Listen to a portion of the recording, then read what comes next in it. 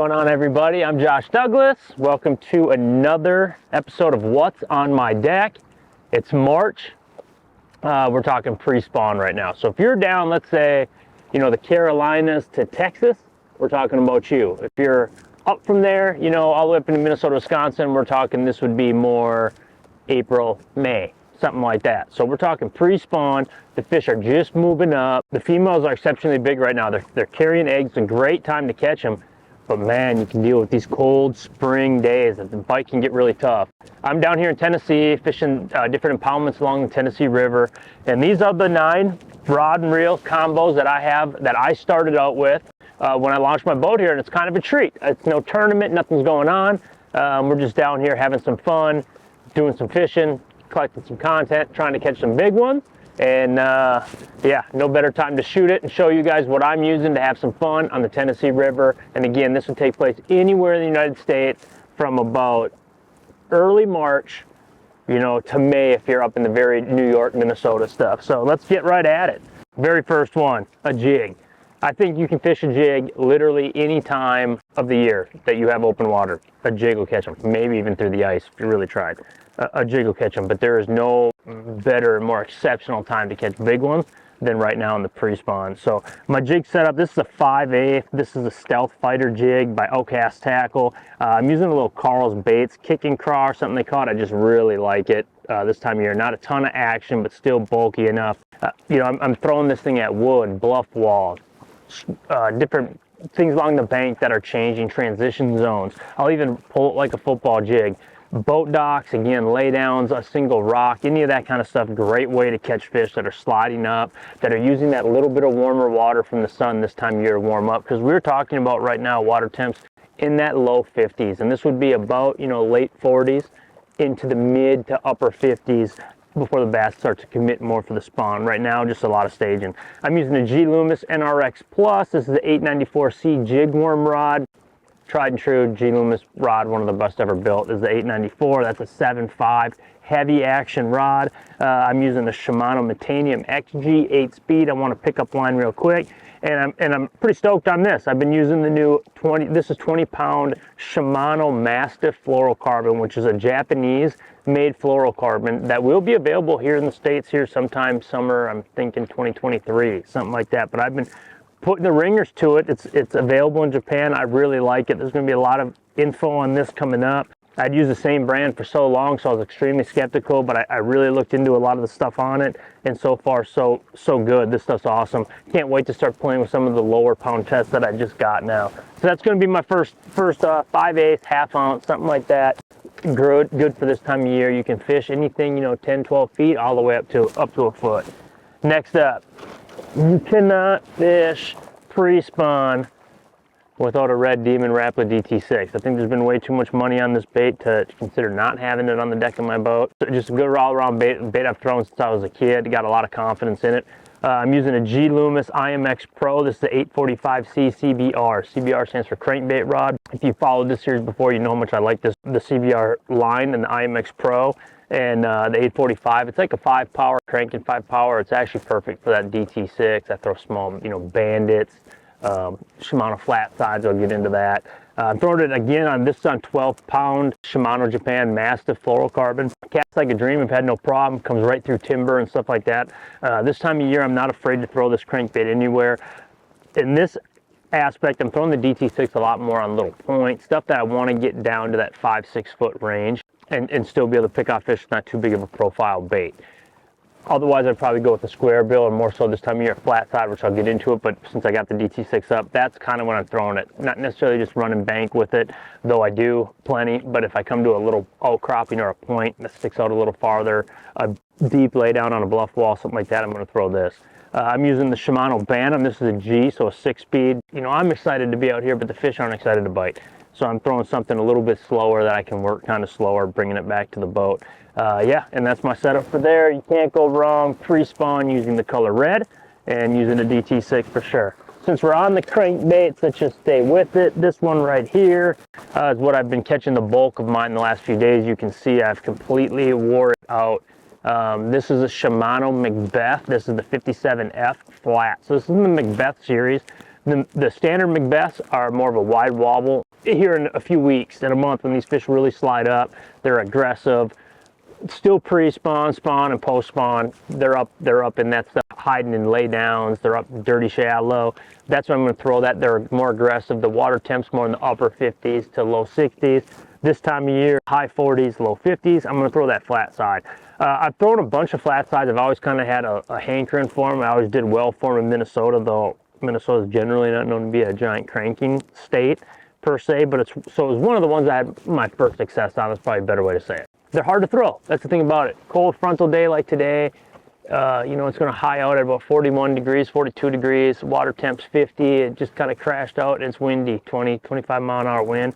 Tough to throw this bait in the places where you need to, where that wind's blowing in on those banks and those points. But I will tell you this, the Shimano Macbeth casts really well. It has jet boost technology in it, which allows it to cast a long way by the transfer system in it.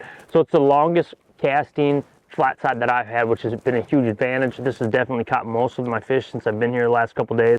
And not to say anything negative, because I do love a Rapala DT6, but this has been catching fish 10 to 1 on that bait. You can tell by just how tore up it is.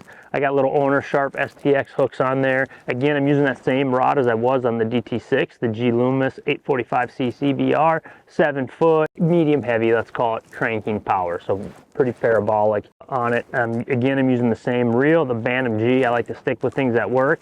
And I got 12-pound Japan Mastiff. New for me to say. Like I said, I've been using the same stuff for forever. Loving it, casts great, and I haven't broke off a bait yet. So we're down to 12-pound test. I haven't had much love under that yet, but you know I will be as I get going into the spring. Let's just talk brass tacks. We are on the Tennessee River. It's pre-spawn, and the big girls are moving up, and when they eat, they want to eat something like this. I just kind of threw this one on. I'm going to try to push it a lot today. We got cold weather. It is a little cold, maybe a little too cold for it. I'm not the biggest aficionado, but I'm sick of watching people make a lot of money on it. Some of my very good friends around me being very efficient at throwing it, and me just not taking the time to do it more. So one thing I found out is Loomis has one of the jammiest swim bait rods made. I'm going to get into both of them. This one right here is the 966C swim bait rod. That's 8 foot, 6 power, so it's a heavy. This thing's a pool cue, but it's bent just right to still be able to successfully throw these, but make them land soft. That's a big deal that I found about throwing baits, and it's also why you want to choose a little bit better bait for castability reasons. Try to land it soft next to those big laydowns. You don't want to spook a fish, you know, something unnatural. You don't want to have to do that. I'm using a Shimano Tranx 300 straight 25-pound. This is Seaguar Invizix Flourocarbon. Strong line, strong bait. And I'm throwing this a 316 workhorse. It's their glide bait. You can check them out on 316 on Instagram and stuff like that, and try to get yourself in on an order when he does his drops. But this is one of few of his baits. I use other manufacturers. I like them all. I'm a fisherman, so I don't get into the politics of swim baits, but I will tell you this, that this right here is a fish catching bait, so I'm pretty excited about it. And the water's a little dirty, so that's why I'm using such a kind of flamboyant one. But again, this 966, awesome rod. Really made, I just got it this year. You can see the cork's brand new, and my accuracy and everything went up a lot when I switched to the 966. Better yet for me, that freed me up on, let me dig it out, my 965 that I was throwing. The SWBR swim bait rod, G Loomis IMX Pro. This is what I was throwing for it. It's just a little soft. And the better side for throwing these big paddle tails like this, which is this again, another 3/16 lure. This is a top hook. I've had a lot of confidence in this. This bait helped me take 3rd on Kentucky Lake in the FLW, helped me take 9th on Chickamauga in a Bass Open, and I just had a lot of success with it on places like Lake Fork, stuff like that. Sam Rayburn, another one I've done well with this bait. I'm using a Decoy Quattro. It's a 4 hook. I just like it for these types of swim baits. I'm throwing straight 17 Seaguar Flourocarbon line, and again, I'm using that 965. So what happened is I was using this to throw a lot of my swim baits. Now that kind of freed me up to throw these, and it's way better. It's got the longer butt on it, longer handle. I kind of stick it into my armpit and just really work this bait slow, along the bottom and try to pick up those big bites. Shimano Curado K 200K. There will always be a place for the Shimano 200K in my boat. One, it's just a workhorse of a reel, indestructible reel. It's got a 200 size spool. I need that to be able to make super big casts like I can now with this big swim bait rod mixed with the big spool on here and the heavy 3/16 top hook. I'm able to make them really big long casts and still not slow down my gear ratio of my reel. I am using a 200. I want to crawl this thing right now. Generally, I'd want to be moving it a little quicker and try to get them to come up, generally using their standard paddle tail with the hook on the bottom. But this time of year, I'm just working it really super slow, trying to get one of those big mamas to slip up and bite it. All right, next up, it can't be pre-spawn, can't be spring, you can't be a bass fisherman if you don't have a trap on your deck. Throwing an old school good one to discontinue. This is an Xcalibur XR50. Again, I'm throwing it in that red pattern. The rod's a real beauty for me. Really liking this one. Loomis NRX Plus. I've talked about the 883C BJR bladed jig rod a lot in my series, and even more so here. I think it's the finest trap rod. I use this for a chatterbait a lot, especially open water, but for a trap, I like it actually even more for a trap than a bladed jig rod. It's perfect for it. That 7/4 action, I can make long casts, but I can work it and kind of pop it off if I want to work this bait really slow right now when it's 51 degrees and I'm just pulling it off of clumps, trying to get them to bite it, to a month from now when I'm burning it across shallow flats, trying to get them to eat it. Throwing a Shimano Bantam. This is the HG. I've been talking about the Bantam a lot. I like the new redesign on the Bantam, solid core body. It's just a very, very good workhorse reel, MGL spool. I can cast everything a mile, and I'm using straight, this is straight 16, again, using that Shimano Japanese line, the Mastiff, and this is straight 16-pound test. Love it, cast far, hooking everything that's biting. Right now, it's been a little bit slow throwing the trap just because everywhere I've been, the water's been down so much. There hasn't been a lot of grass. It generally shines around grass or real shallow flats, all of which are kind of out of the water right now. But any day now, this bite's going to pick up for me, and it's going to be a staple for the next month as I move up north. Next up, a year-round bait, but definitely tried and true when it comes to springtime, and that's a jerk bait. I am throwing, this is a Shimano World Minnow 115 suspended model. I got owner STX hooks on it, straight 12-pound Shimano Mastiff Flourocarbon line. I'm using a Loomis NRX Plus 842C MBR. Talked about this before. I like the MBR action when it comes to reaction baiting. Anything that I'm throwing a reaction bait, I'm really liking that MBR. And here I got the Shimano Anteras. Again, I talk about it's pretty bougie reel, but I like the click drag that it has in it. When I hook up on a fish, I'm just jerk, jerk, jerk, and all of a sudden I got a big smallmouth or a big pre-spawn largie on. But the World Minnow is going to get the nod. It's got flash boost, it's got jet boost, it's got scale boost. It just goes the extra mile in catching some of these weary fish right now. In areas where I can get to clear water, and definitely when I'm on the deck of my boat, shining that active target around, just kind of looking for those fish that stage up. Totally new game set for me, mindset I should say, to attacking this game. Pre-spawn game is that these fish want to linger, they want to get in a transition area and hold there until everyth's right for them to slide up. They're going to eat, and the dominant ones are going to patrol areas like sharks do when we're watching Nat Geo. You know, they're going to be able to target them now is such a big deal, and this is one of the baits I'm going to use a lot to do it. Another one I'm going to use a lot to do it is I do have me a fairy wand out on the deck of my boat, not just any one, the most badass one ever made. This is the Loomis NRX Plus 872S jig worm rod, 7.3, medium, but a pretty hardcore medium, extra fast action. Quick tip on it, I'm using a Shimano Accents 4000 10-pound Power Pro SSV2, and on here I'm using, this is going to a 10-pound Seaguar Invizix fluorocarbon leader.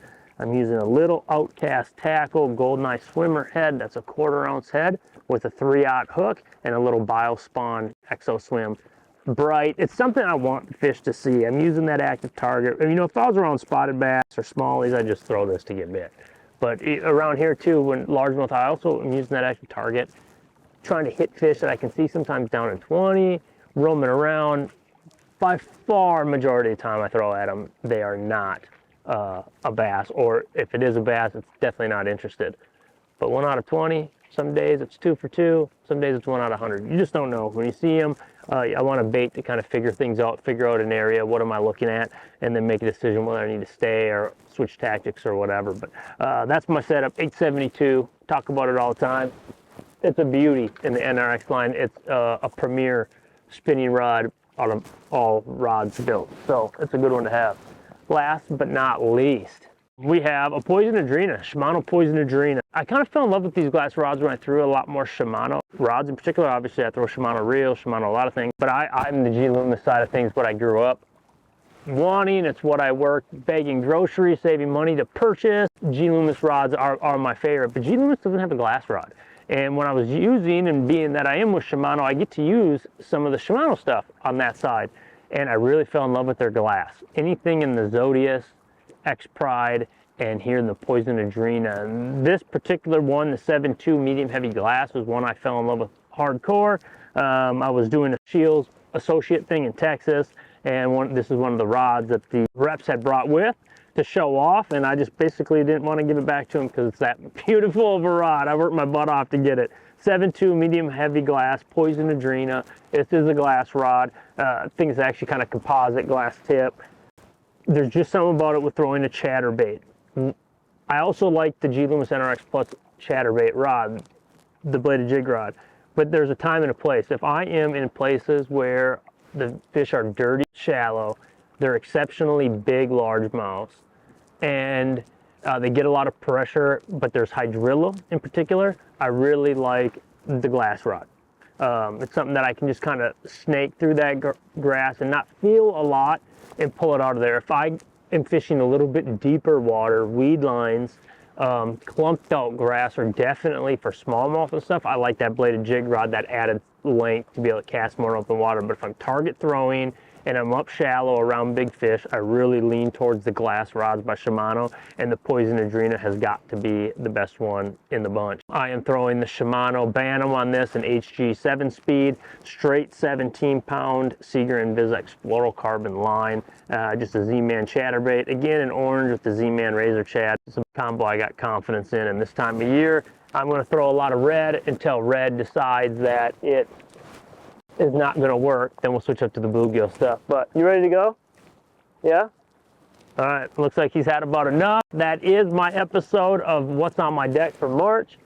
We're going to go try to catch some fish. Thank you. Please follow me.